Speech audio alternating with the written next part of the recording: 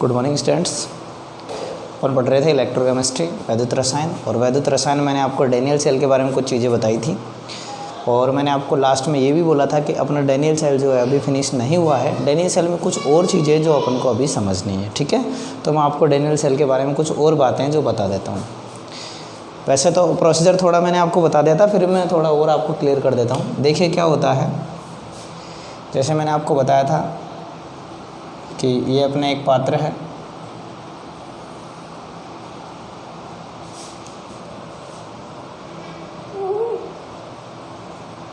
एक पात्र अपन ने ये ले लिया,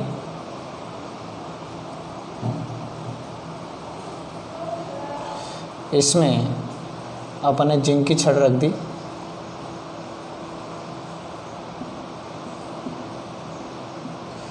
और इसमें अपन ने कॉपर की छड़ रख दी, और इसमें कॉपर सल्फेट का सॉल्यूशन भर दिया। कुछ ऐसे बनाया था अपन ने। यहाँ पर ये ZnSO4 और यहाँ पर ये आपके कॉपर सल्फेट। यहाँ अपन ने क्या रखा था, सॉल्ट ब्रिज।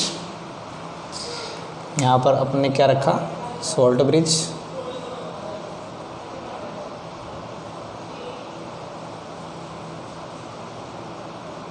ठीक है। यहाँ पर इसमें अगर अगर, और यहाँ पर इसमें अपन ने भरा था KCl, इसलिए इसे बोला था लवण सेतु। इसे बोलते थे अपन लवण सेतु।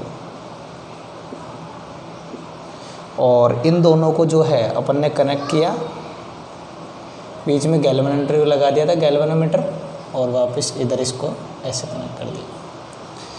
कुछ इस तरह का डैनियल सेल जो मैंने आप लोगों को बताया था बेटा। तो देखिए मैंने आपको बताया, जैसा कि यहाँ पर हम इसको क्या मानते हैं, एनोड है ये आपका। ये जिंक जो है ये क्या है, जिंक का जो इलेक्ट्रोड है वो यहाँ पर क्या है, एनोड है। और आपके जो कॉपर का जो इलेक्ट्रोड है वो है आपका कैथोड। इसको हम क्या मानते हैं, ऋणावेशित, और इसको हम क्या मानते हैं, धनावेशित। क्लियर है। तो मैं आपको आज का इसका थोड़ा और बाकी का जो मैकेनिज्म है वो मैं आपको बता देता हूँ, ठीक है ना, ताकि ये और अच्छे समझ में आ जाए, और फिर अपन अपने मैटर को थोड़ा आगे बढ़ाएंगे। क्लियर है बेटा। देखिए क्या होता है कि जैसे मैंने आपसे कहा कि एनोड की जो प्रोसेस है वो ये है। एनोड पर क्या होता है कि Zn जो है वो 2 इलेक्ट्रॉन त्यागता है और Zn+2 में बदल जाता है।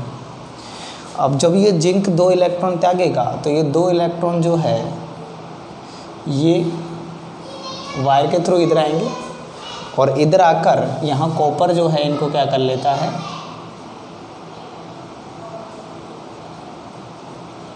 कॉपर +2 आयन जो है वो क्या करते हैं, इसको ग्रहण करते हैं, यानी कैथोड पर। कैथोड पे क्या होगा, Cu+2 इलेक्ट्रॉन गिव्स Cu।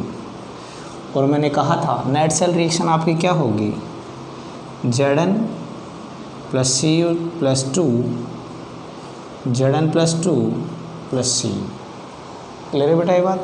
ये यहाँ क्या है, सॉलिड है, ये क्या है, एक्वस है, ये एक्वस है, और ये सॉलिड है। सेम यहाँ कर सकते हम, ये सॉलिड हो गया, ये एक्वस हो गया, ये एक्वस हो गया, और ये सॉलिड हो गया। ये संपूर्ण सेल अभिक्रिया बताई थी मैंने आप लोगों को, ठीक है।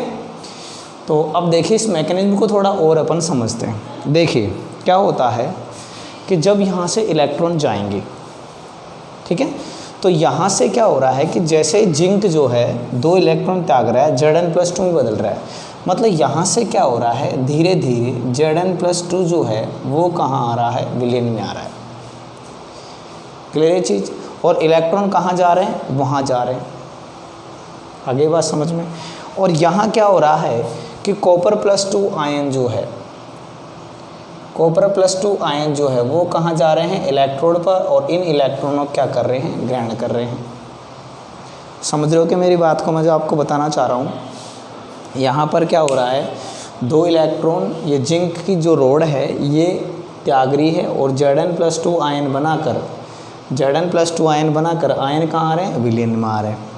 लेकिन यहाँ विपरीत स्थिति है। यहाँ क्या हो रहा है कि जब ये 2 इलेक्ट्रॉन आ रहे हैं तो ये Cr+2 आयन जो विलयन में थे ये कहाँ जा रहे हैं, ऊपर जा रहे हैं, और यहाँ जाकर क्या हो रहा है, निक्षेपित हो रहा है। कौन, कॉपर। तो देखिए इसमें आफ्टर लॉन्ग टाइम क्या हो जाएगा, लंबे समय बाद क्या होगा कि स्थिति ये हो जाएगी। देखिए स्थिति क्या हो जाएगी कि यहाँ पर ये जो जिंक की छड़ है ये कुछ इस तरह से पतली हो जाएगी, होगी नहीं होगी, क्योंकि यहाँ से क्या हो रहा है, नेगेटिव जा रहा है, यहाँ से क्या जा रहा है, नेगेटिव जा रहा है। क्लियर है चीज़। और कॉपर जो है उस पर क्या कर रहे हैं, ये Cr+2 आयन जो है, Cr+2 आयन जो है वो छड़ पर जा रहे हैं। तो छड़ जो है ये कॉपर की क्या हो जाएगी, मोटी हो जाएगी। समझ गए कि मेरी बात को आप लोग।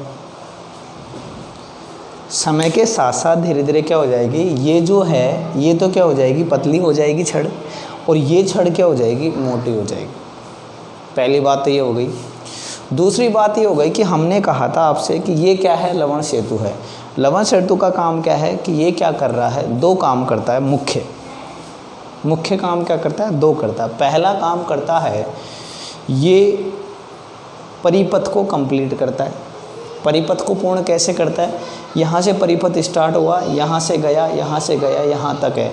अब यहाँ से और यहाँ कैसे कनेक्ट होगा, ये विलयन इस विलयन से जुड़ा हुआ होता है लवण सेतु के द्वारा। आगे बात समझ में। इस तरह से हमको क्या मिलता है, एक फ़ायदा तो ये मिल गया लवण सेतु का। दूसरा फ़ायदा ये होता है कि दोनों विलयनों की उदासीनता को बनाए रखता है। इसका काम क्या है, दोनों विलयनों की विद्युत उदासीनता को क्या करता है, बनाए रखता है। तो ये कैसे होता है वो चीज़ मैं आप लोगों को बता देता हूँ। देख लीजिए क्या होता है कि जब यहाँ पर इलेक्ट्रॉन त्यागे जाते हैं तो Zn+2 जो है वो कहाँ आ रहा है, विलयन में आता है। तो एक टाइम ऐसा होता है कि यहाँ क्या होगा, Zn+2 की मात्रा बढ़ जाएगी। Zn+2 की मात्रा क्या हो जाएगी, बढ़ जाएगी। देख रहे हो आप, यहाँ पे क्या बढ़ जाएंगे, Zn+2 बढ़ जाएंगे। और यहाँ पर क्या हो रहा है, यहाँ देखिए, यहाँ कॉपर जो है, यहाँ जो कॉपर है वो जा रहा है, तो बचा कौन, सल्फेट। तो यहाँ क्या बढ़ जाएंगे, सल्फेट आयन बढ़ जाएंगे। यानी इस विलयन में क्या बढ़ जाएंगे, इस विलयन में बढ़ जाएंगे सल्फेट आयन, यानी कि SO4 -2 की मात्रा क्या हो जाएगी, ज़्यादा बढ़ जाएगी। आगे की बेटा बात समझ में।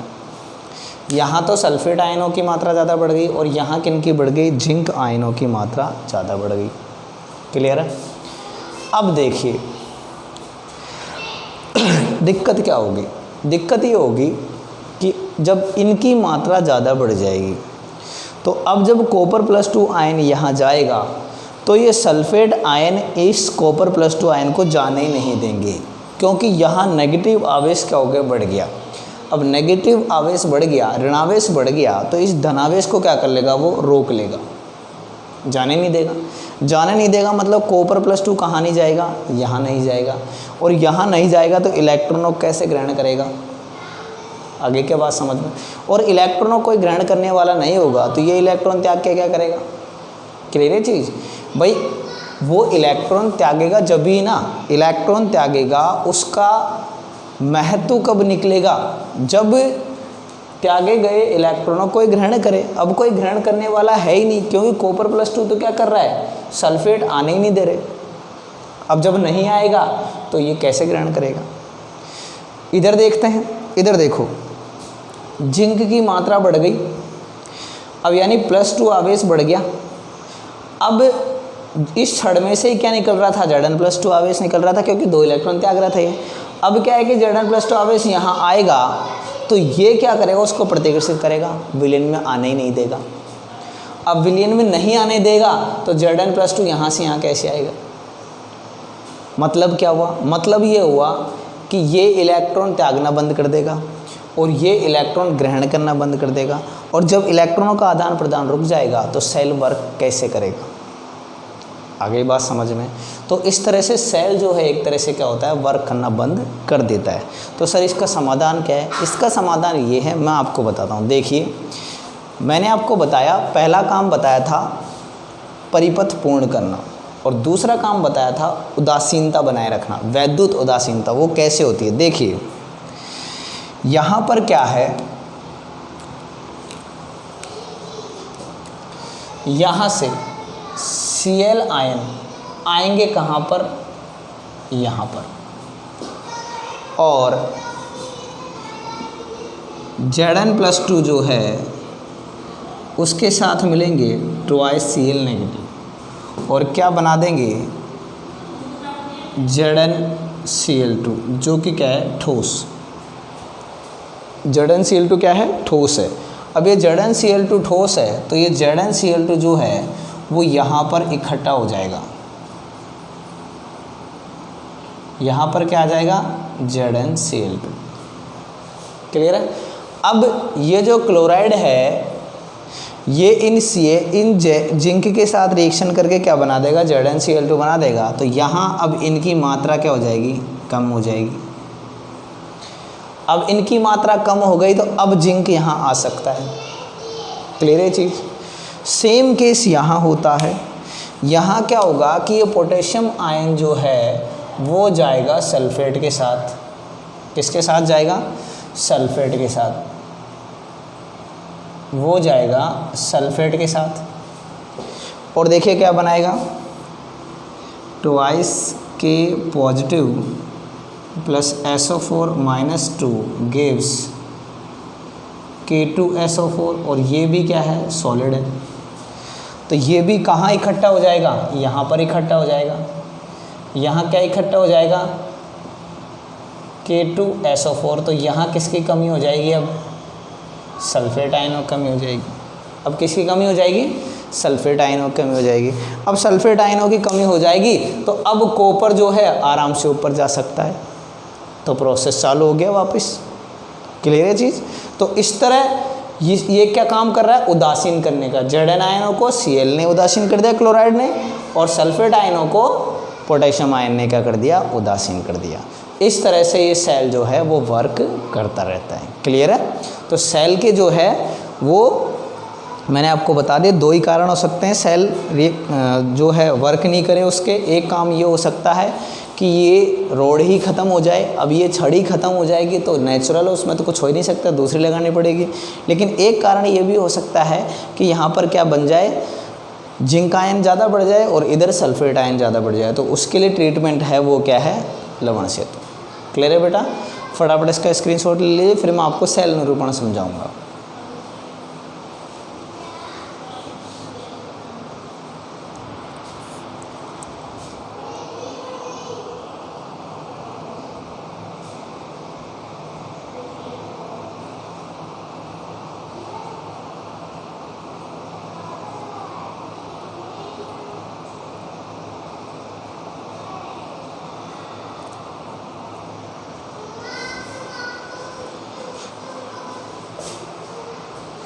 देखिए सेल निरूपण बता देता हूँ मैं आप लोगों को, इसको हटा देता हूँ यहाँ से। देखो सेल निरूपण में क्या है कि इधर अपना क्या है? एनोड है, और इधर अपना क्या है? कैथोड है। एनोड को हमने क्या लिया है? नेगेटिव लिया है। कैथोड को हमने क्या लिया है? पॉजिटिव लिया है। ठीक है? एनोड किसका बना हुआ है? जिंक का बना हुआ है। किस अवस्था में? ठोस अवस्था में। कैथोड काय का बना हुआ है? कॉपर का बना हुआ है। कौन सी अवस्था में है? सॉलिड अवस्था में। बीच में क्या है? लवण सेतु है। बीच में क्या है? लवण सेतु। लवण सेतु को दो लाइनों से हम क्या कर देते हैं? दर्शा देते हैं। अब ये क्या बनाता है? ये बनाता है आपका Zn+2। ये क्या बनाता है? Zn+2 क्या बनाएगा? जलीय विलीन बनाएगा। ये क्या बनाता है? ये बनाता है आपका कॉपर+2। ये भी क्या है? एक्वस है। आगे बात समझ में, मतलब कि ये हो गया आपका सेल निरूपण। ये जो प्रोसेस मैंने लिखा है इसे बोलते हैं सेल निरूपण। सेल निरूपण, क्लियर चीज़। कोई जो सेल होता है, डेनियल सेल है, उसका हमको निरूपण करना है तो कैसे करेंगे, हम बाईं ओर क्या लिख देंगे, एनोड। जिसका एनोड है उसको लिख देंगे, एक लाइन खींचेंगे, एनोड का उत्पाद लिखेंगे, 2 लाइनों के द्वारा लवण सेतु को दर्शाएंगे। मैं लिख देता हूँ ये क्या है, ये है आपका लवण सेतु। ये क्या है आपका लवण सेतु, क्लियर है। ये आपका लवण सेतु है। फिर कैथोड का उत्पाद और अंत में कैथोड, क्लियर है। फटाफट इसको लिख लीजिए।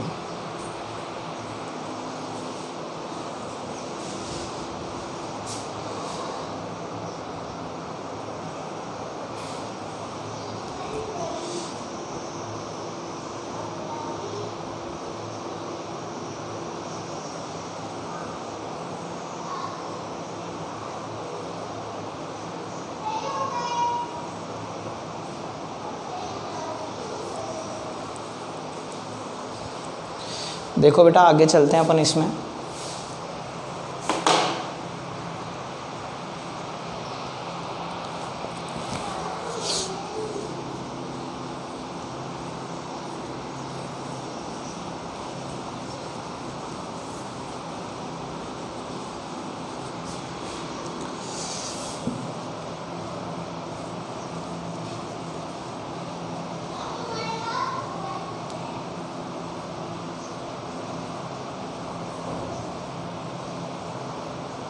देखिए अब मैं बात कर रहा हूँ सेल विभव की। सेल विभव,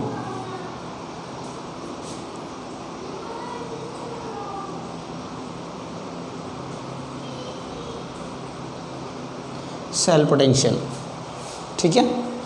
देखिए क्या होता है सेल विभव, मैं जनरल टर्म बता रहा हूँ, उसके बाद अपन इसमें थोड़ा इसके टाइप पढ़ेंगे। जैसे हमने ये जिंक की छड़ ली,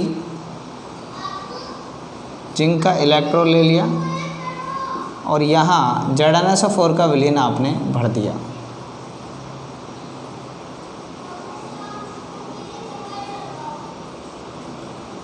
ठीक है, और इसको हमने कनेक्ट कर दिया विद्युत धारा से, क्लियर है। अब देखिए जब विद्युत अपघटन की प्रक्रिया होगी तो इसमें 2 चीज़ें हो सकती हैं। 2 चीज़ें क्या हो सकती है कि या तो धनायन जैसे Zn+2 जो है वो यहाँ जाए, या ये हो सकता है कि विलयन में आए।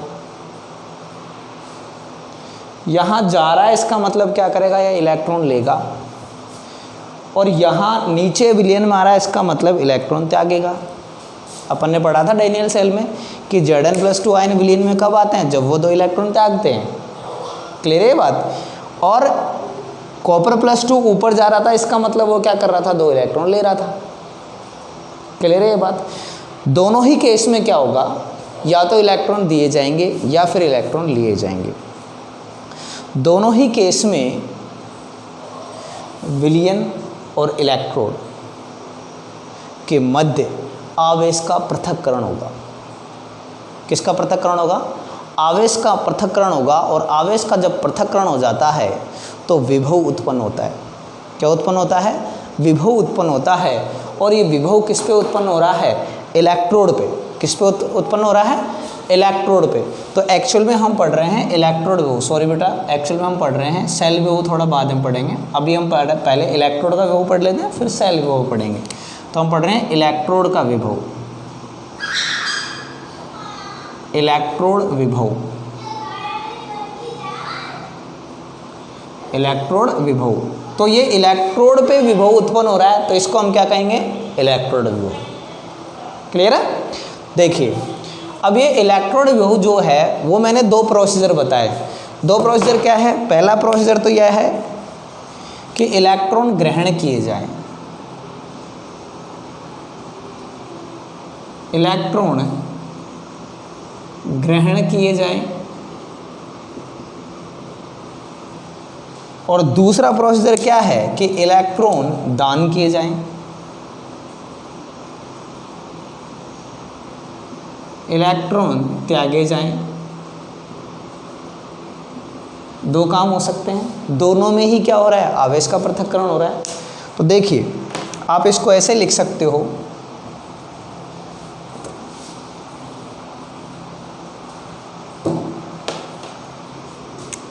जब विद्युत अपघटन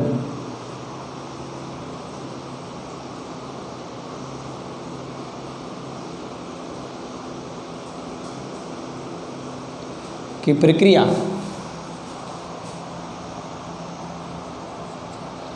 संपन्न होती है, जब विद्युत अपघटन की प्रक्रिया संपन्न होती है तो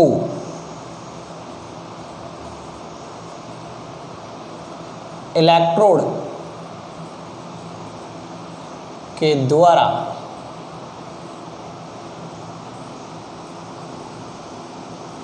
इलेक्ट्रॉन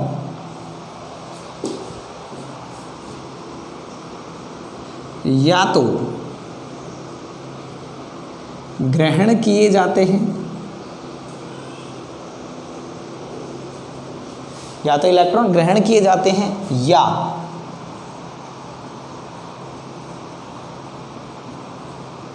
इलेक्ट्रॉन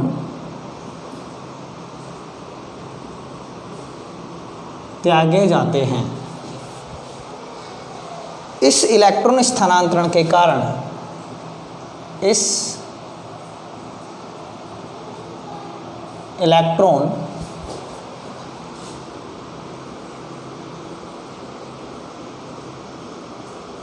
स्थानांतरण के कारण आवेश का पृथक्करण हो जाता है। आवेश का पृथक्करण हो जाता है, अतः विभव उत्पन्न होता है।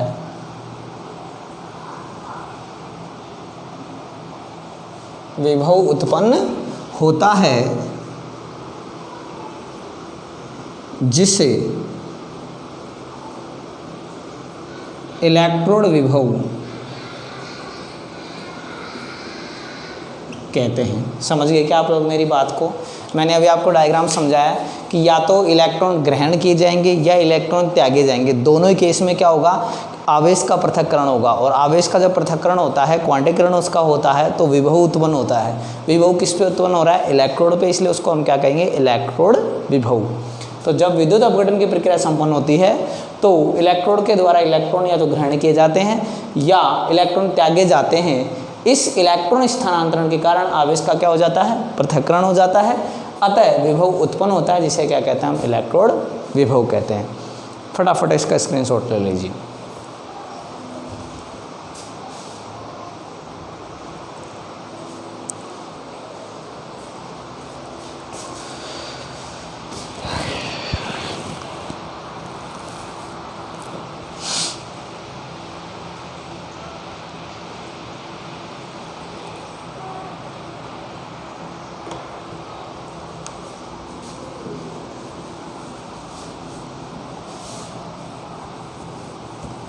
अब देखिए इलेक्ट्रोड विभव जो होता है वो बेसिकली दो तरह का होता है। इलेक्ट्रोड विभव कितने तरह का होता है?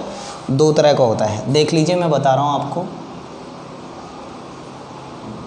ये हो गया आपका ए और ये हो गया आपका बी। क्लियर है? मैं पहले ए आपको बता रहा हूँ कि ए क्या है। देखिए पहला जो है वो है आपका ऑक्सीकरण विभव।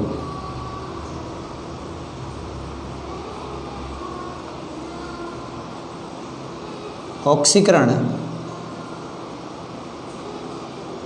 विभव, या आप इसको बोल सकते हो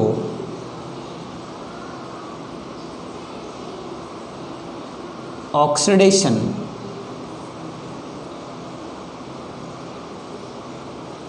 पोटेंशियल।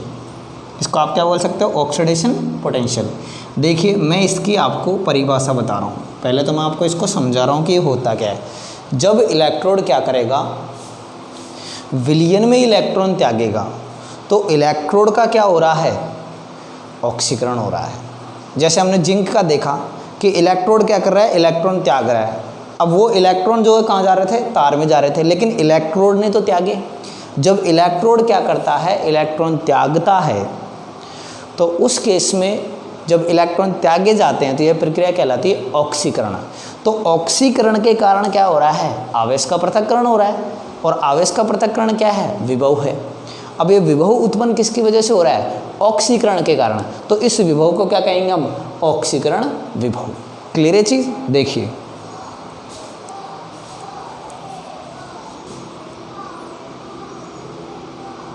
जब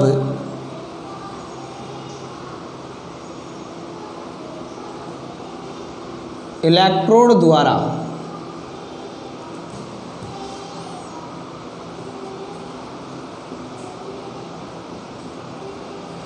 इलेक्ट्रॉन त्यागे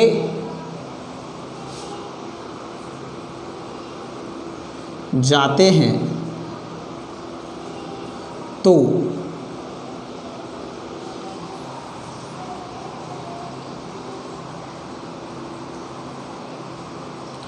उत्पन्न विभव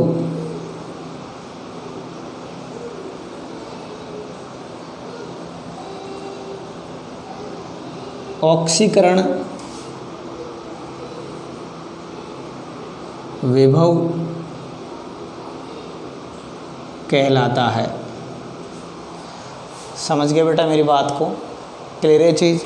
दूसरी बात हम बात करते हैं बी, ये है आपके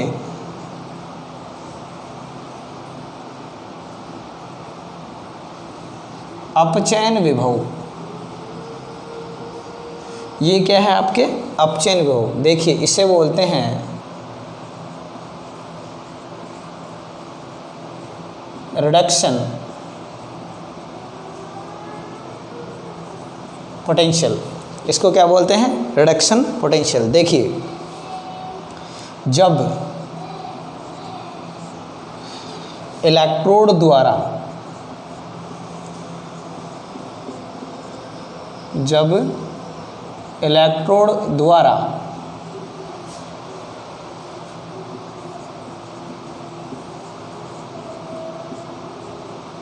इलेक्ट्रॉन ग्रहण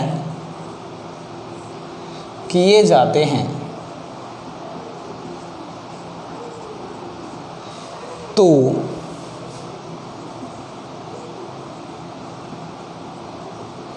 उत्पन्न विभव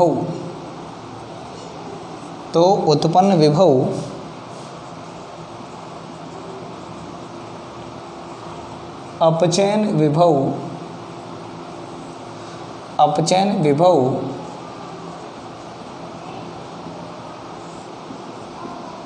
कहलाता है। ठीक है, दो तरह के विभव हो गया। पहला हो गया आपका ऑक्सीकरण विभव। ऑक्सीकरण विभव में क्या होगा, इलेक्ट्रॉन त्यागे जाएंगे, और अपचयन विभव में क्या होगा, इलेक्ट्रोड द्वारा इलेक्ट्रॉन क्या किए जाते हैं, ग्रहण किए जाते हैं। देखिए जैसे जिंक है, जिंक ने क्या किया, 2 इलेक्ट्रॉन त्याग दिए और किस में बदल गया, Zn+2 में। क्लियर है चीज़। तो देखिए आप लोग यहाँ इसका क्या हो रहा है, ऑक्सीकरण। यहाँ इसका क्या हो रहा है, ऑक्सीकरण। यहाँ इसकी ऑक्सीकरण संख्या क्या है, 0 है। यहाँ कितनी हो गई, +2। ऑक्सीकरण संख्या में वृद्धि क्या हो गई, ऑक्सीकरण, या इलेक्ट्रॉन त्यागना क्या है, ऑक्सीकरण। अब देखिए मैं यदि यहाँ बात करूँ, जैसे हम इसको M मान लेते हैं, ये सॉलिड है, ये क्या हो गया आपका एक्वस। मैं इसको मेटल मान लूँ, ये क्या है, सॉलिड है। इसने क्या किया, n इलेक्ट्रॉन त्याग दिए, क्या कर दिए, n इलेक्ट्रॉन क्या कर दिए, त्याग दिए। तो इस पर आवेश भी क्या आ जाएगा, Mn। क्लियर है। तो ये क्या हो गया, एक्वस मेटल आपकी। अब मैं बात करता हूँ, जैसे आपके पास में है Cu+2 एक्वस, इसने 2 इलेक्ट्रॉन ग्रहण किए और ये बदल गया Cu सॉलिड में। तो यहाँ क्या हो रहा है, अपचयन। तो इसे हम क्या कहेंगे, अपचयन विभव। इसको हम क्या कहेंगे, अपचयन विभव। फटाफट इसका स्क्रीनशॉट ले लीजिए आप लोग।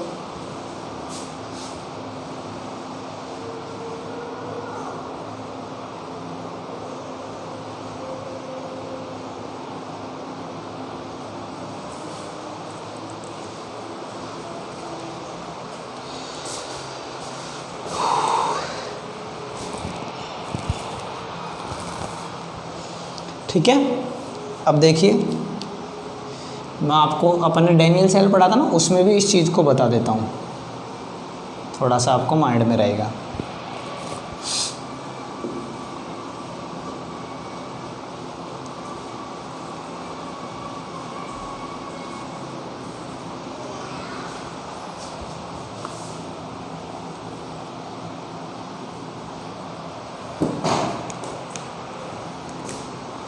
डैनियल सेल में क्या होता है,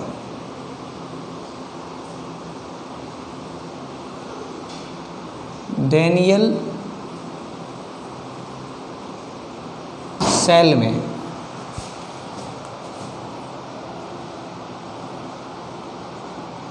जिंक इलेक्ट्रोड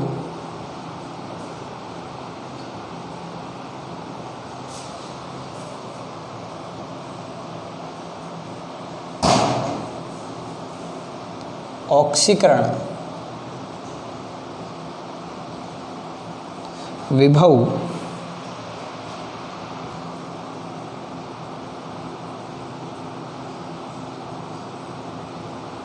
दर्शाता है तथा कॉपर इलेक्ट्रोड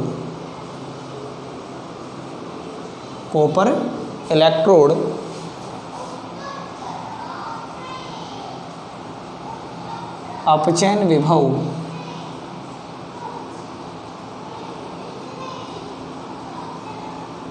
दर्शाता है।